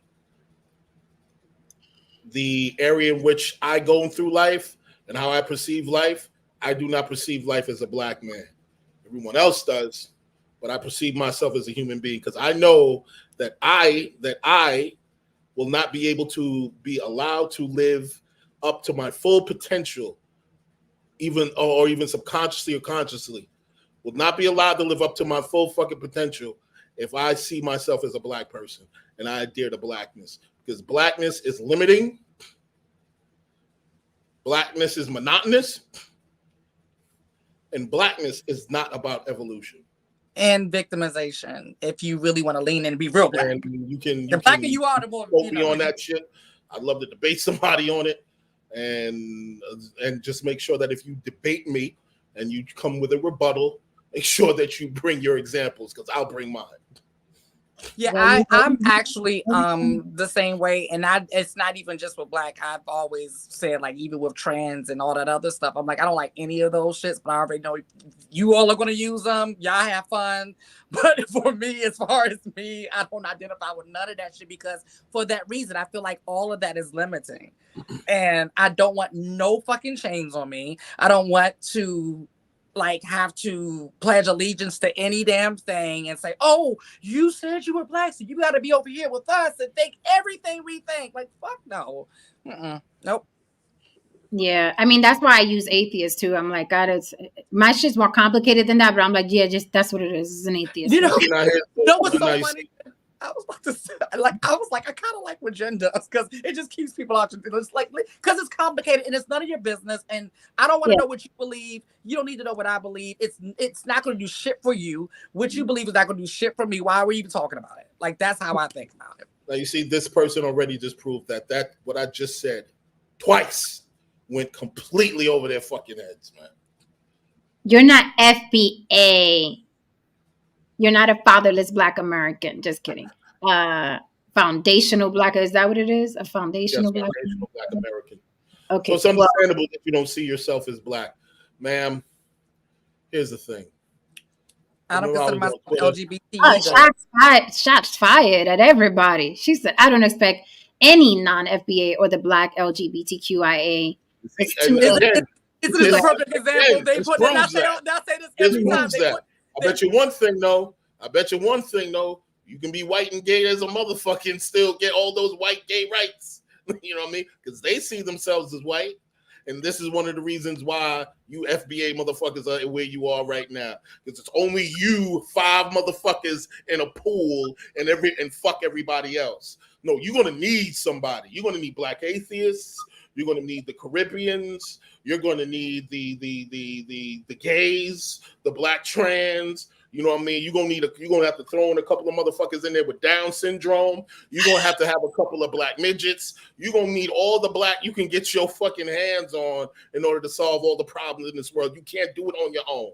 You cannot. Because if you could do it, you did it, you would have done it, and you ain't got the money or the resources. Because if you could have done it on your own, you could have pulled off the civil rights movement by yourself. You couldn't. You needed white people. You needed white women specifically to be part of the civil rights, act in order for that shit to fly. Period.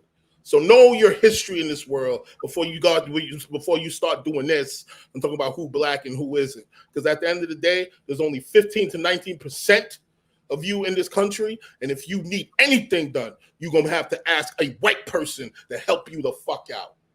Period. They can't.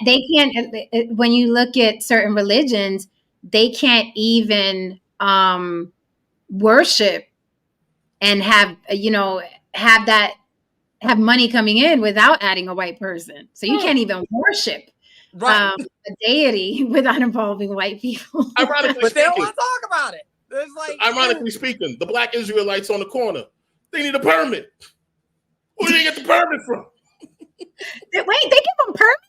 Yes, you have to have a permit. Yeah, you have and to. 501c3 and the 501c3 non profits, so they don't pay. You think they just be on the corner yelling? I really did. They just start go on the corner. I really did. Not you out of your mind, they get arrested. Yeah, you can't do that. Mm-hmm. So do they go down in the office in their little purple fringe skirt to fill out the paper? I'm sure they don't. Well, I would think so. That'll help. You know, I'm serious about this shit. Wow. But that's very interesting. And that's what, that's a whole nother topic. But yeah, that's why I it seriously and get mad. Like, people get mad because you know what? I'm gonna take you what I get from shit like that. That comment right there, that gives me, oh, you don't want to share in on my victimization struggle. It's like giving that. And I'm like, yeah, no, I don't. I just think that and we could probably do this a topic tomorrow. This is a good topic for fireworks. We'll call it I'm Not Black. That'll get them in here. Yeah. So no, I just wanted to say this about that word. I don't like that word. It is a color, right? Like red, white, blue, you know what I mean? It's a color. But I think it's archaic. I think it's an archaic term. And I think wearing it, you know what I mean? It's like it keeps you back there. And unfortunately for the African American or the Africans that were brought here, whatever. And there was a lot of us. Yes, I said us because it's all fucked up and mixed up. All the Caribbean, Africa, all of that. It's all fucked up. But the reason why I think it's useless is because unfortunately in this country, I don't know about anywhere else, but in this country, Black has been made synonymous with oppression, with suppression, with redlining, with racism, it's synonymous with the degeneracy, with the, you know what I mean? And they tried to clean it up. Black girl magic, Black power, nothing has ever cleaned it up. So I'm with you, Haran. I wouldn't, and I don't look at black people sideways because there are FBA people who say don't call me Black. There are people that you would consider FBA who are not from the Caribbean. Raven Simone is one of them. There's a couple of people that are like, don't call me Black. I'm American, or don't call me Black. X, Y, and Z. There's a lot now. This is I'm talking from my own ears. Yeah, I'm hearing a lot of Black people saying like they're finally realizing where that term comes from and why we were labeled that. Motherfuckers accepted it. I'm not accepting that shit. I'm just not.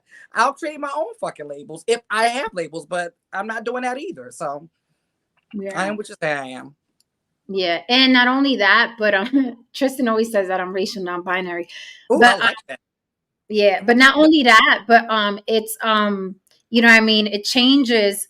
It changes. The acronyms keep changing, right? The terms for Africans keep changing, right? Africans in this country, they keep changing. And none of them help. They just make you look worse and worse. Every year there's a new. No, I'm ADOS. No, I'm FBA. No, what do you own? What's your credit score? No, I'm ADOS. I'm FBA. Do you own a home? Are your kids in college? What else is it? Right. But people need labels, honestly, when they don't have shit else. And not only that, but these labels sell a lot of t-shirts. Ask Auntie Tariq Nasheed. They sell a lot of t-shirts and flags and keychains. Yeah. So these labels are good for that as well. Right. So, but we'll do this. We'll do that topic, Karan. That's a good one. That's actually a good one. And we're gonna veer into that everything you just said, and me and Haran gonna fight, and we're gonna leave on this note. Me and Haran gonna fight. Everything that you said about the word Black is why I am anti-teaching our children that they were fucking slaves. Everything that you just said. No. We're gonna leave it there. We're gonna come back tomorrow. We're going to leave it there, Haran, because everything you just said is why I am anti-teaching these babies that they were cattle at one point. That is fucking why. We'll talk about it. And we're not talking behind the scenes. We're going to bring it back to the block. No, we're going to bring it in. We'll talk about it here. We'll talk about it. Okay, we're going to bring it back to the block. Y'all heard it, okay? All right. All right, guys. Good night. This was a good one. Hit that like and subscribe on your way out for mama. Hit my Cash App on the block with Jen if you want to support the show. And we will see you here tomorrow. Hit me up for some business. I got some emails. I'm going to get back to you. I see y'all. I love y'all. Thank you for the support. I'm going to respond. It's just been crazy for me. And Bountiful Soul is going to end it with, and by the way, the LGBTQIA Lower East Side, I was there with my aunties fighting in the 1970s. I wasn't even 10 yet. Fuck are y'all talking about? I don't know what the fuck I'm talking about. On that note, good night, y'all. And